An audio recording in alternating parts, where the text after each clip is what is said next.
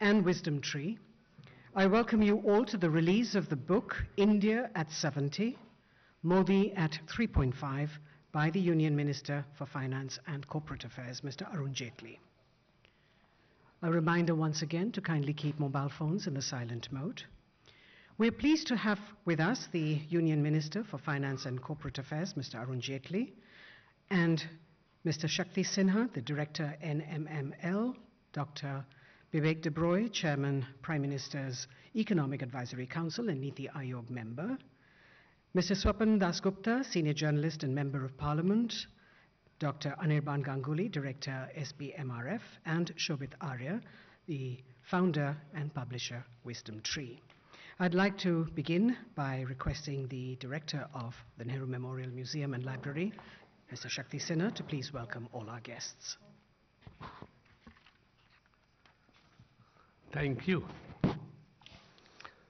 It's a great pleasure to welcome Shri Arun Jaitley, Minister of Finance and Corporate Affairs, Mr. Hardeep Puri, the Minister for Urban Affairs, Mr. Vivek De Broglie, Swapan Dasgupta, Anirban, Shobit, and Ashok Malik on the way, and of course all of you. As you know, cricket is our national game. And why do I call it a national game? Because everybody in this country knows what Virat Kohli should be doing. Everybody without fail.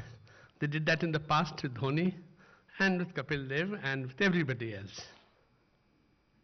And therefore, I always admire people in authority because everybody else seems to be knowing what they should be doing. Now, why do I say it? I don't have to elaborate.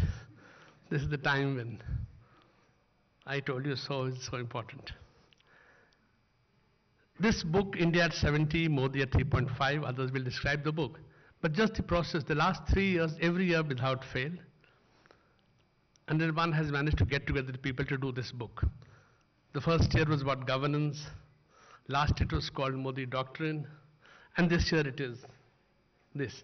So I think you can see the evolution with time, getting more and more people, and each year the editing becomes tougher and tougher. So this year with Vivek De Broglie, now the Chairman of the Prime Minister's Economic Advisory Committee, being a very strict and a tough taskmaster. Ashok was very gentle, so I can't blame Ashok. But there are good points in the book. These two gentlemen have a lot to do with that. Of course, I'm not in the thank you mode at the end. I'm supposed to just welcome you. So it always gives me great pleasure to be associated with this, books like this, events like this. It gives us a chance to reflect. It gives us all a chance to tell the government what the government should be doing. So with that, once again, let me welcome you. And let me repeat what she said. Please put your phones on silent mode, preferably flight mode. But you know, you have a very serious moment and suddenly in between, Lara's tune comes on. It's not always funny. Once again, welcome all of you. Over to you. Thank you very much, Mr. Sinha. To tell us more on this initiative of annual volumes, I'd like to now request the Director of the Dr. Shyama Prasad Mukherjee Research Foundation, Dr. Anirban Ganguly. Thank you. My remarks will be very brief. I just want to say a few things. Since this is the season of speaking up, we at SPMRF have constantly felt the need to speak up because we wanted to say so many things simply because there's so much that is happening in India today, and it has been happening since the summer of 2014. Something that is repeatedly and constantly transformative. We thus decided to document the transforming India story and produce a volume every year so that this transformation is documented, discussed, and disseminated. Last year, as Shri Shakti Sinha pointed out, we did the Modi Doctrine. For me and for my very able co-editors, Dr. Uttam Sinha and Dr. Vijay Chauthaiwale, it was a most intense and fulfilling exercise. And Finance Minister wrote a foreword to it, setting the direction. Modi Doctrine initiated a new discourse on the fundamental shifts in India's foreign policy, as initiated by Prime Minister Modi. India at 70, Modi at 3.5 is the third volume in the series and covers a wide gamut and captures India's multi-sectoral transformation under Narendra Modi. A battery of experts and analysts have come together under two distinguished authors, thinkers, and public intellectuals to analyze and narrate the real story of India's transformation, a transformation that had been halted for the last 1 decade. In this effort of ours, we have always received FM's unstinted support. I look forward to continuing this effort and thank those of you who have supported the idea of this series. Speaking up for us is essential, especially today, when the story of India's real transformation, her real change towards the better, at times faces obfuscation. Thank you very much.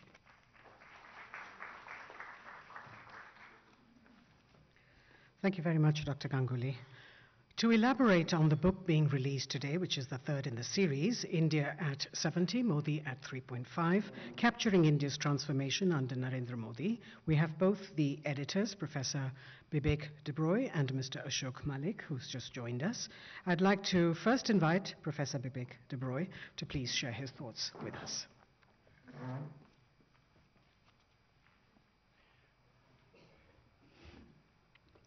Honorable Finance Minister, Dr. Anirban Ganguly, Dr. Shakti Sinha, Dr. Swapan Das Gupta, Ashok Malik, Shobit Arya, ladies and gentlemen,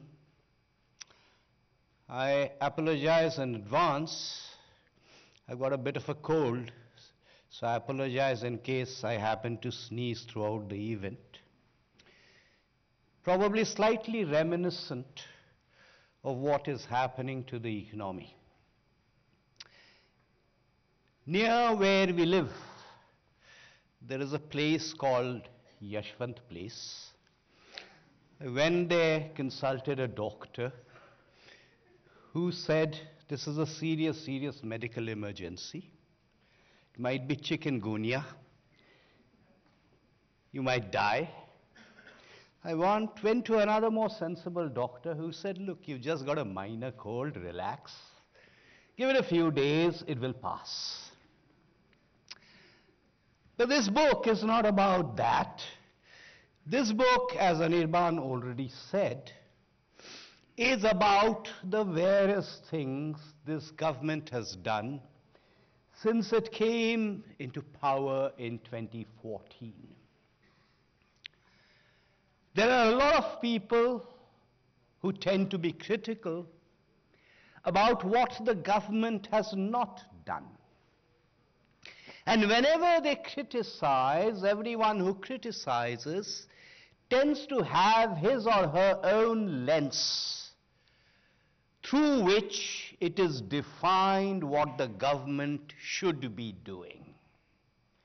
So there is always inherently, and that's inevitable, a subjectivity in the criticism, because one tends to look at everything with a certain prism. I expected the government to do this, that, and the other, and it's not done that. Over several meetings, Anirban, Ashok, and Shobit, who's much more than a publisher, he brings a lot of wisdom as well, and we thought about what should we try to document. Let's begin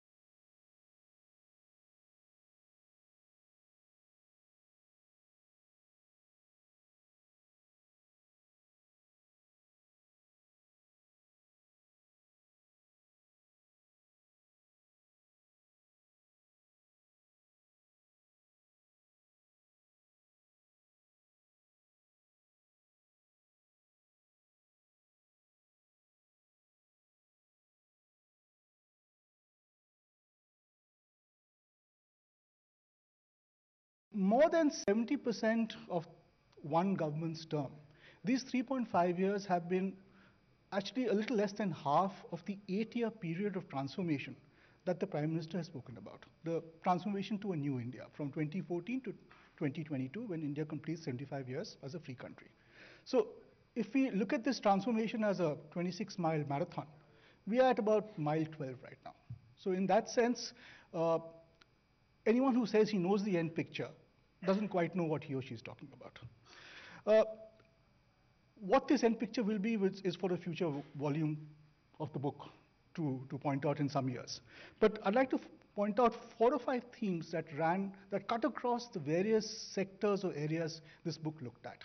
From health, which is the topic I chose to write on, to urbanization, to any other subject. One, this period has seen more and more of the energy and policy making moving to the states. Even in the chapter on health, this becomes so apparent, where the increment in health spending is starting to happen because the states have more money. Maybe it's not apparent enough in 1 or 2 years, maybe it'll be more apparent in 5 years, but there's definitely a trend we are detecting.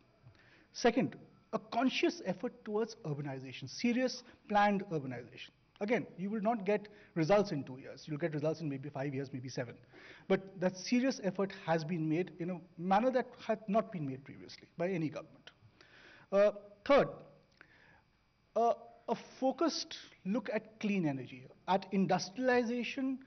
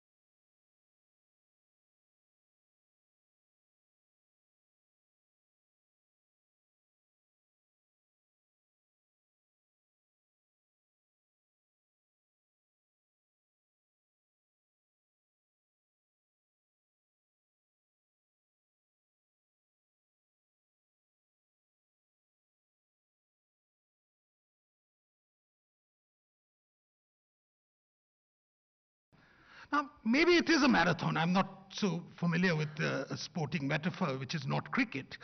But in any case, it is a long haul. The creation of a new India also involves the creation of a purposeful government, it involves the creation of an energetic government, and it involves the creation of certain degree of sustained focus on the areas in which it's operating. And I hope you will view it. But for the moment, I think I won't take any further time. It is Mr. Jaitley who, for various reasons, has always attracted publicity, he's always attracted brickbats, and today we didn't give him a bouquet, we've given him a book instead. So, I think Mr. Jaitley is being, everyone wants to hear Jaitley for the wrong reason today. So, without any further ado, thank you very much. Thank you, Dr. Dasgupta. May I now request the Union Minister for Finance and Corporate Affairs, Mr. Arun Jaitley, to please release the book, which is in front of you, sir, and then address the gathering.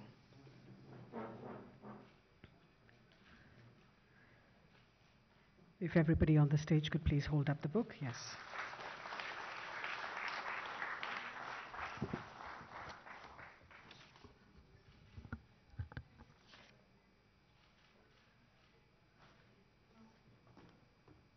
Mr. Jaitley, if you could address the gathering, please.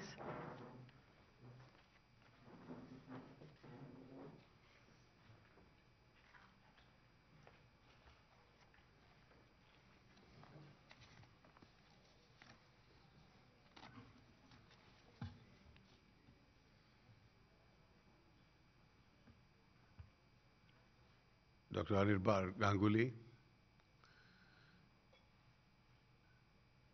Shakti Sinha, Shri Bibek Debroy, Dr. Swapan Das Gupta, Ashok Malik, Shobit Arya and friends. Let me at the very outset thank Anirban for having continued this debate year after year and bringing out this annual publication which reflects a very strong point of view. Bibek and Ashok Malik have jointly edited the book and they deserve to be complimented. I have the privilege of knowing both of them, and I was asking Bibek that temperamentally they are so different. How did they put it together? And Bibek's candid reply was they just had to write the introduction. And therefore that was not a very difficult job.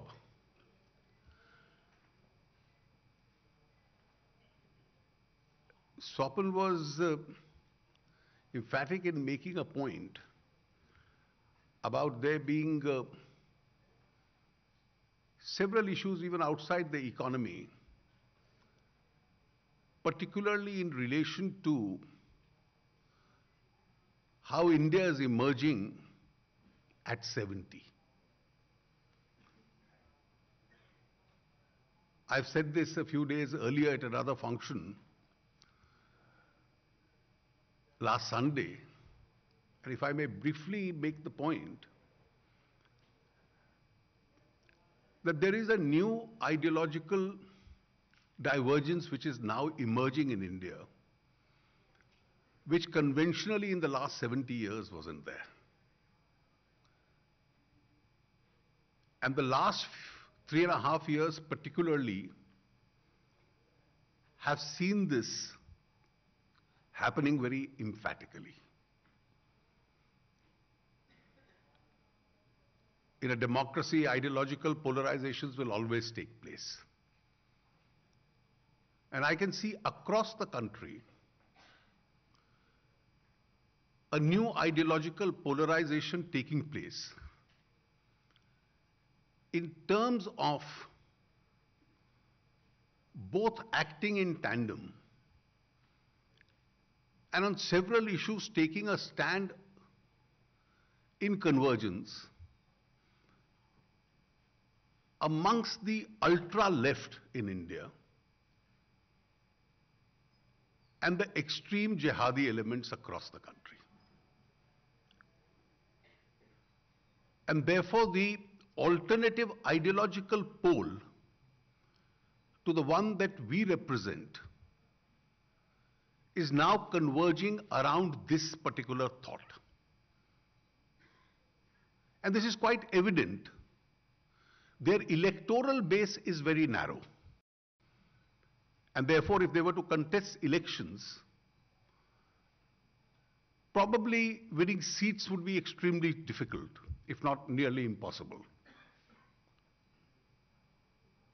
But if we look at areas, particularly university campuses, media, some writers,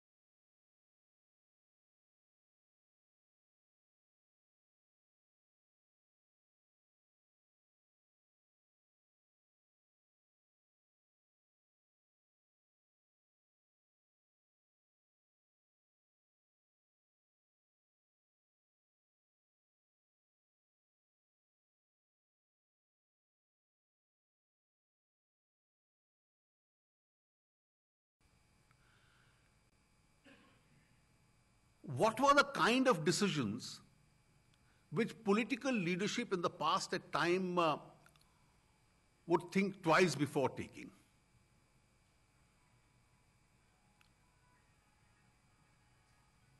I think the kind of integration with the global economy we brought about by opening up the economy step by step, we not only opened up several sectors, we made the entry smoother, and we eventually found that 95% of all investment coming into India was coming by the automatic route. And therefore, was the FIPB necessary at all?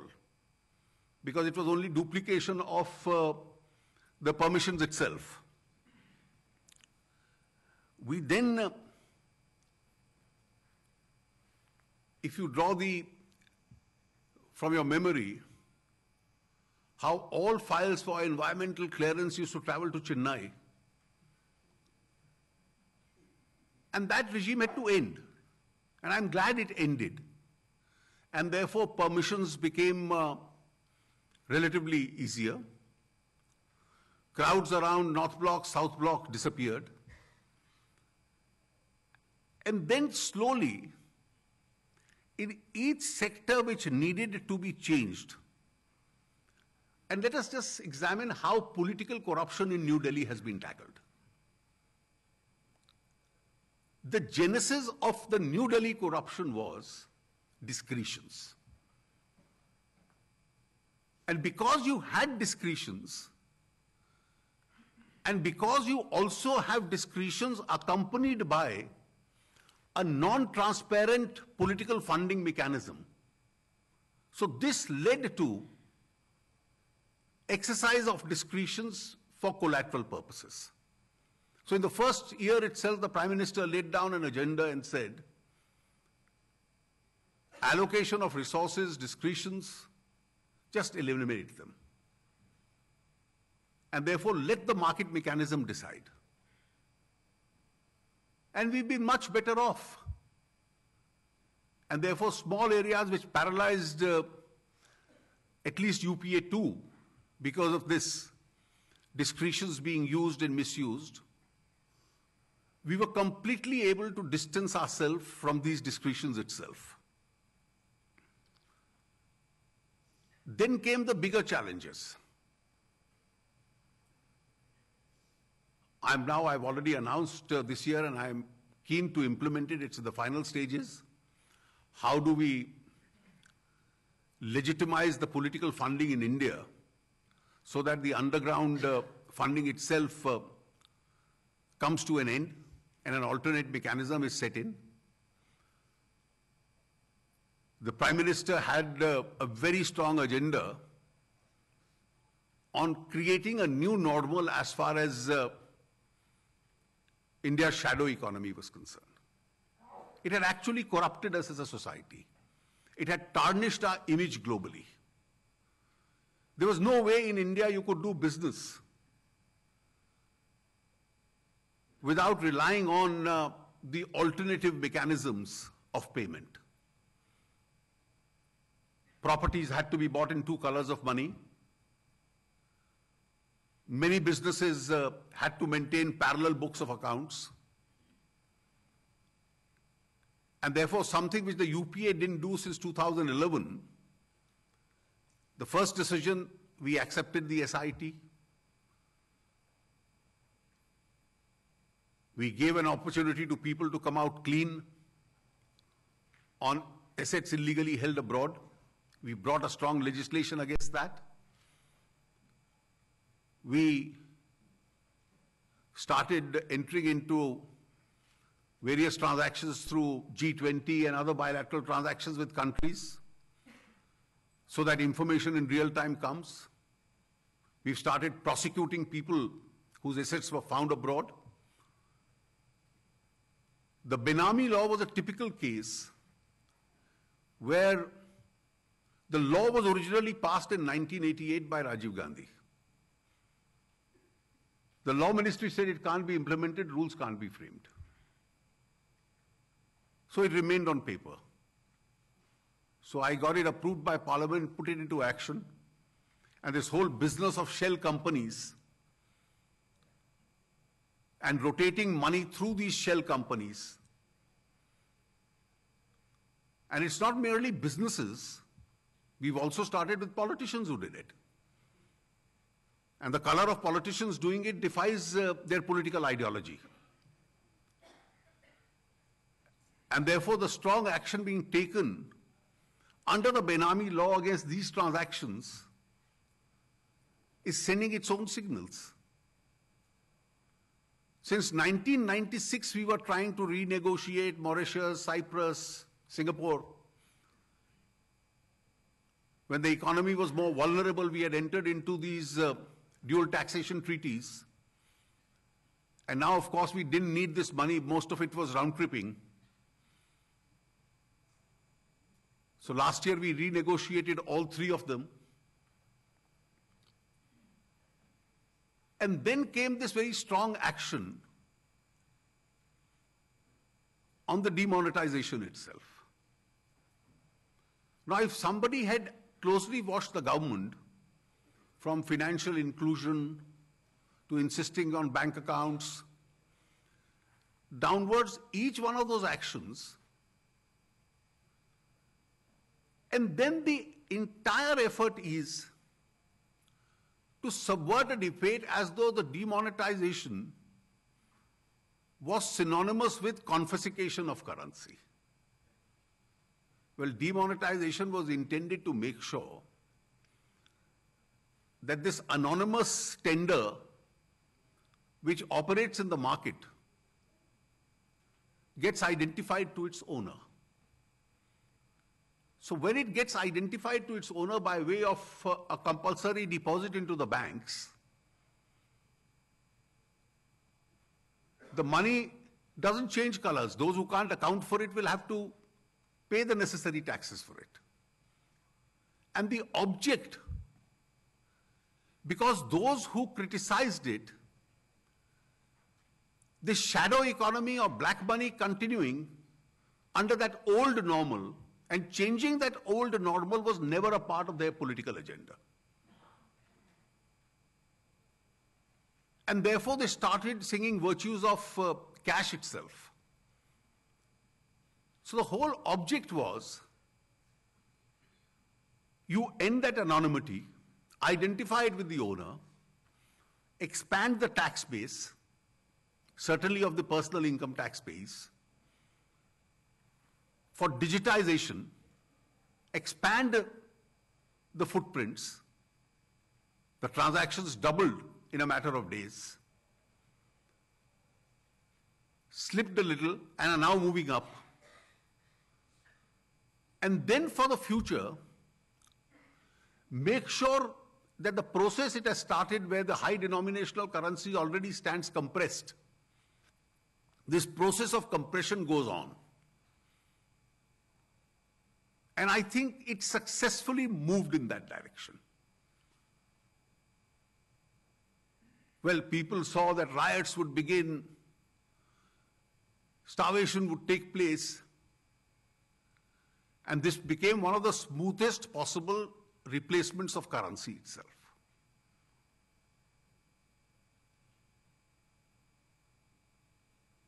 On the GST, it was everybody's call that a single tax comes. And I must confess that even when some leaders of the Congress party made critical statements, I have to be more than fair to their state governments and their finance ministers who knew the merits of what was happening. And therefore, on top, if I look at it today, the decision-making mechanism in India's first federal institution itself has institutionalized itself.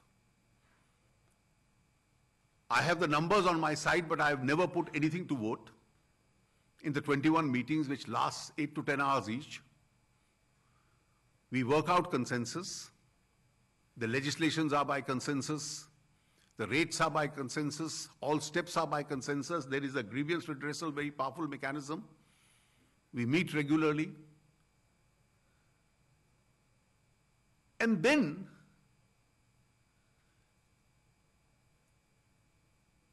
those who had pushed this country into a policy paralysis, when they saw it coming, said, please postpone it. And I must say, to the credit of at least two of the Congress finance ministers of the states, who walked up to me in the GST Council, and one of them said, sir, please don't blink. If you do, it'll get derailed indefinitely. And then what do we get? We are now just finished the second month. So as a base year of 2015-16, we have to give 2 hike-ups of 14% each to the states. And for both the months, with some part of the compensation cess, we are well within that figure. I at least never imagined that for the states we'll reach the break-even point in the first 2-3 months itself. And therefore, one does expect some teething problems to come up, particularly the lowering of the compliance burden as far as the small sector is concerned, small and medium sector is concerned. We've been having continuous meetings how to do it, and probably we will do it. But the whole process has been put into action. And the likelihood of revenues is almost reaching, in the initial months, the anticipated figure. And therefore, as we'll walk down the next couple of months, we probably will move up. Before coming for today's meeting, I just checked up.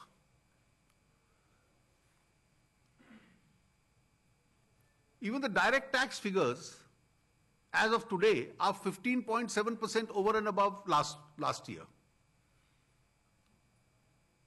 So this so-called slowdown, which some visualize, hasn't impacted that. And of course, as I mentioned, the GST itself, because the only relaxation which we are making is 95% of the GST revenue comes from only 4 lakh assessees. The balance over 6 million pay only 5%. And these 6 million take their own time because of compliance burdens, and they slowly keep filing it. And that's something which we'll have to live with even in normal taxation. It's nothing very significant. How do you then invest?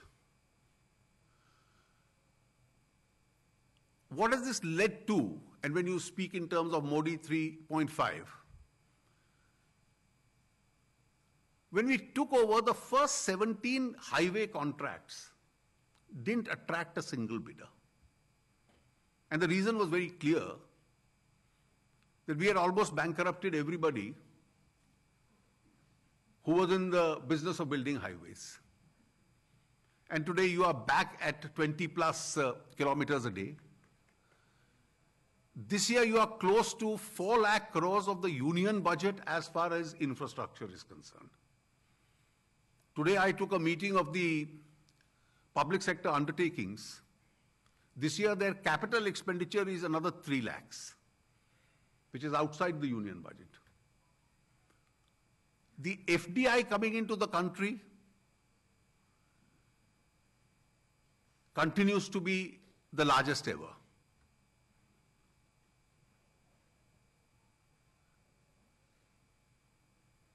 I don't recollect the first 3 years of this government emerging from a policy paralysis. After all, growth rates are relatable to several factors. One of the factors is how are you fitting into the world? Is the world supportive, or is the global economy stopping you from growing? There was a period from 2003 to 2008 where we grew with the global trend. And then the world slowed down. But we became the fastest growing economy for the first 3 years, the major economy.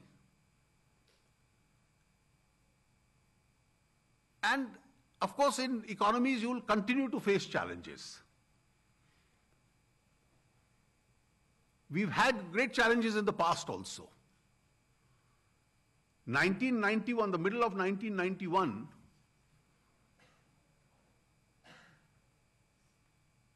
today we have over 400 billion of foreign reserves. What was the foreign reserve left? Less than 4 billion. So those successful men who managed the affairs in 1991, we were left with less than 4 billion. Mr. Vajpayee's government, if you look at 1998 to 2002, the NPA figure was a staggering 15%, 14%, 12%.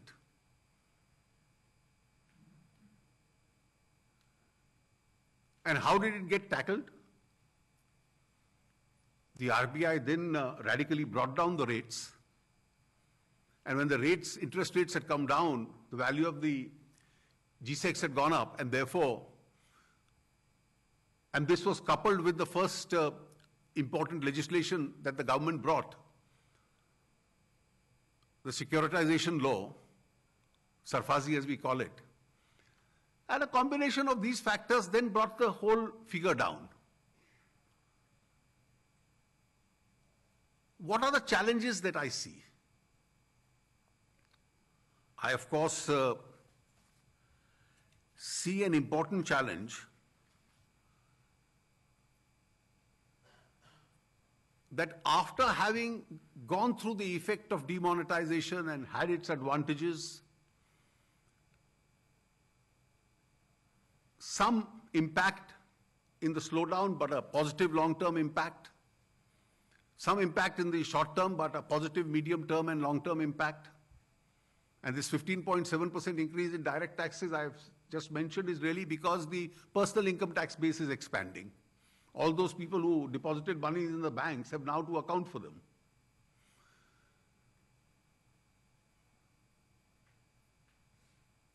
And the effect is, and today the challenge really is, that during the boom period 2003 to 2008-9, our private sector expanded. Global economy slowed down. They had expanded beyond a point. They had undertaken large liabilities from banks. They didn't find a demand. Global commodity prices went down. And many of them have found their loans unserviceable. And then came a situation, 2012 to 14, where the government had virtually given up. There was no policy initiative, there was no step to be taken. You allowed things to drift on their own. And when you allowed things to drift on their own, the figure mounted up. And I must say that those in the government, those in the banking industry, those in the central bank, the Reserve Bank, when reckless lending took place, were all looking the other way. And then suddenly, some harsh steps were required. So the debate is, are those steps which have been taken a bit too harsh? Particularly the steps with regard, the bankers believe that the steps with regard to excessive provisioning are a bit too hard on them. And therefore, the private sector investment itself is one area where we have not grown. Several areas of private sector have grown. There are many industries which have invested. I've been speaking to a large number of them. I just mentioned the CPSUs itself this year will have a 3 lakh crore capital expenditure. The large industry has been borrowing more from the bond market than from the banks itself in many cases. And therefore, that's a problem which has today to be addressed squarely by us. And we are in the process of doing that. I can assure you that the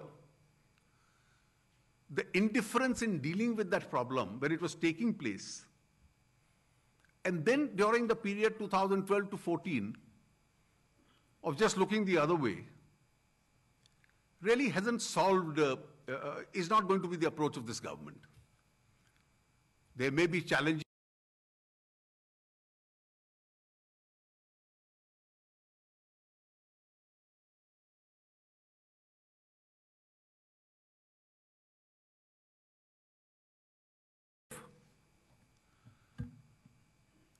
to take steps. I think it's a situation which I'm sure we'll be able to respond to appropriately. I must say that India at 70 is an India which we look up to,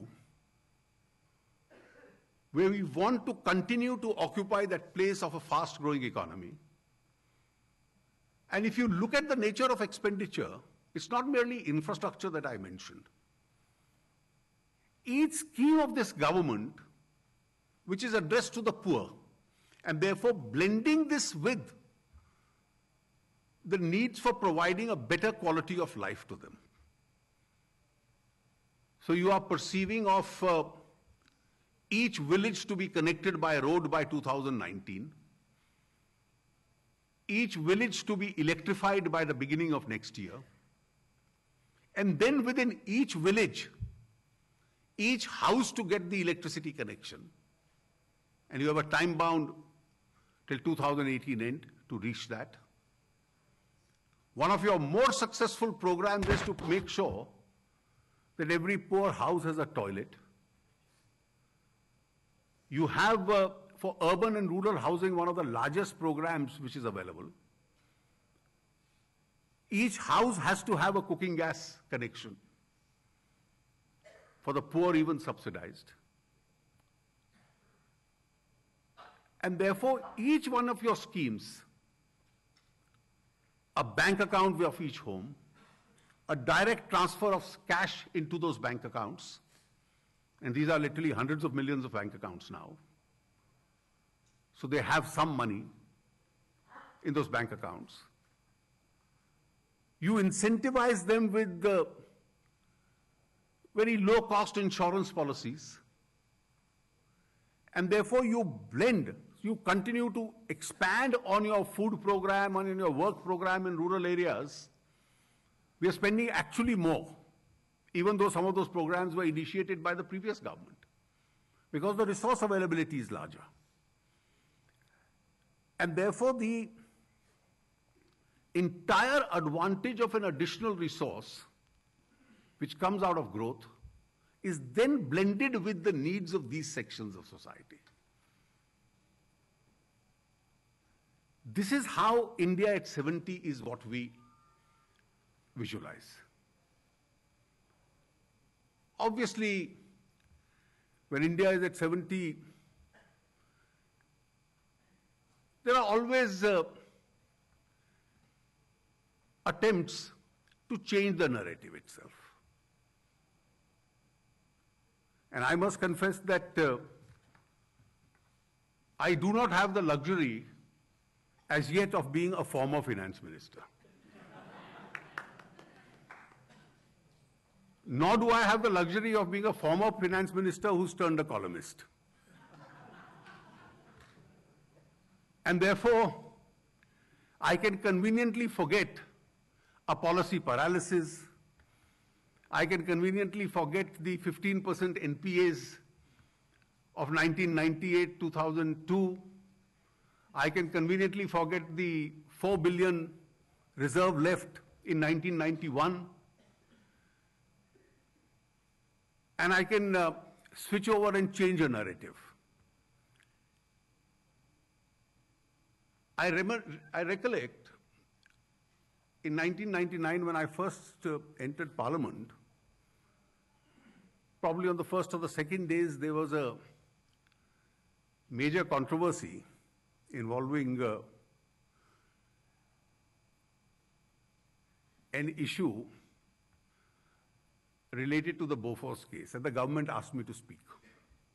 I had joined as a minister. I became an MP a few months later. So after I finished my speech, our senior leader, Mr. Advani, who was sitting next to me,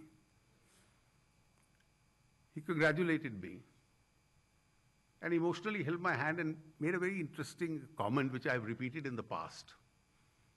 And he said, when you speak in Parliament or outside, speak on issues, avoid speaking on persons.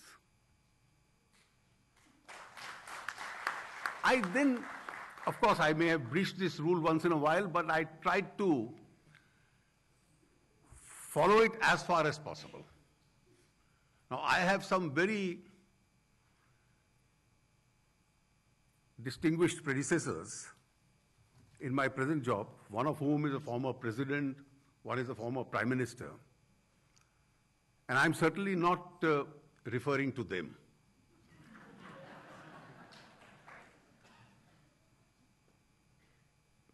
The others have decided to act in concert.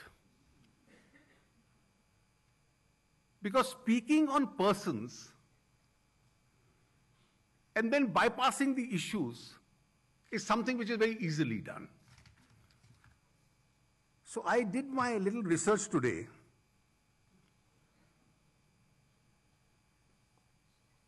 Only to just bring out 4 or 5 sentences, if you'll bear with me. One said of the other, Chidambaram will have to be born again to match my record as a finance minister.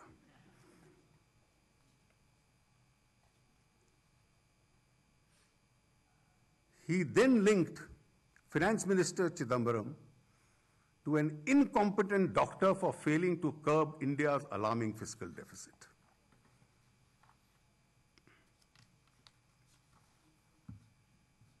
And then he went on.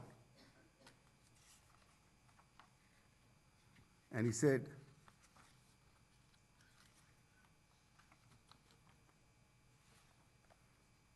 I accuse him of running the economy down to the ground.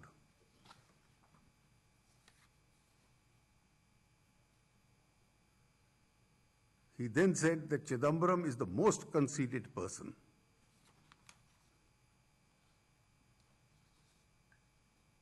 He then went on to accuse him of bugging his phones. Today, with complete responsibility, I want to say, when I raised the issue of Aircel Maxis, Chidambaram ordered my phones to be bugged. The other one was not to be left behind.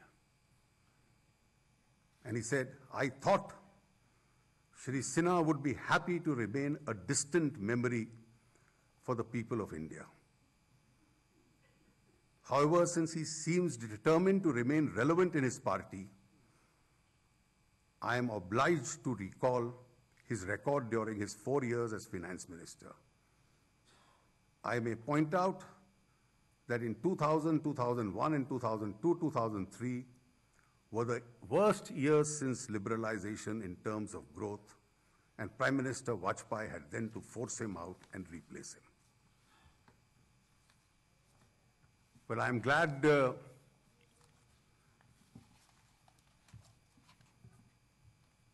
they didn't have Mr. Advani to advise them. But then acting in tandem itself won't change the facts. Probably a more appropriate title for your book would have been India at 70, Modi at 3.5, and a job applicant at 80. Thank you.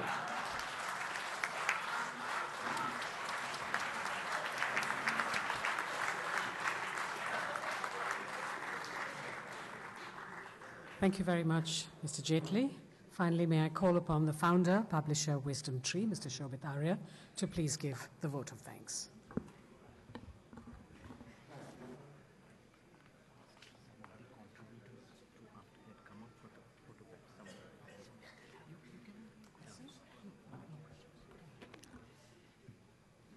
Mr. Arun Jaitley, Union Minister of Finance and Corporate Affairs, Mr. Swapan Das Gupta, Professor Bibek Debroy, Shri Shakti Sinha, Mr. Ashok Malik, Dr. Anirban Ganguly, distinguished guests and friends.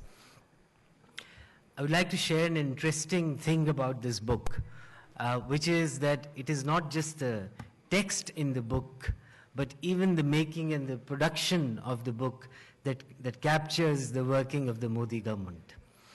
This book really was amongst the first ones to go for printing after the new GST law came into being. And there was a lot of anxiety in both the publishing and printing fraternity because an 18% tax rate was imposed on printing of books at unit cost, while in the earlier scenario it used to be nil under VAT. Now, believe it or not, actually, even before the book was printed and an invoice could be raised, and Finance Minister spoke about those 8 to 10 hours of GST Council meetings. So really, even before the invoice could be raised, the tax rate was brought down from 18% to 12%. So a big thank you to the Finance Minister on behalf from the whole of publishing fraternity, and of course a bigger thank you for being here today. I can't help but say this since he's here, that Mr. Minister, would you be so kind now to bring the rate down to 8%?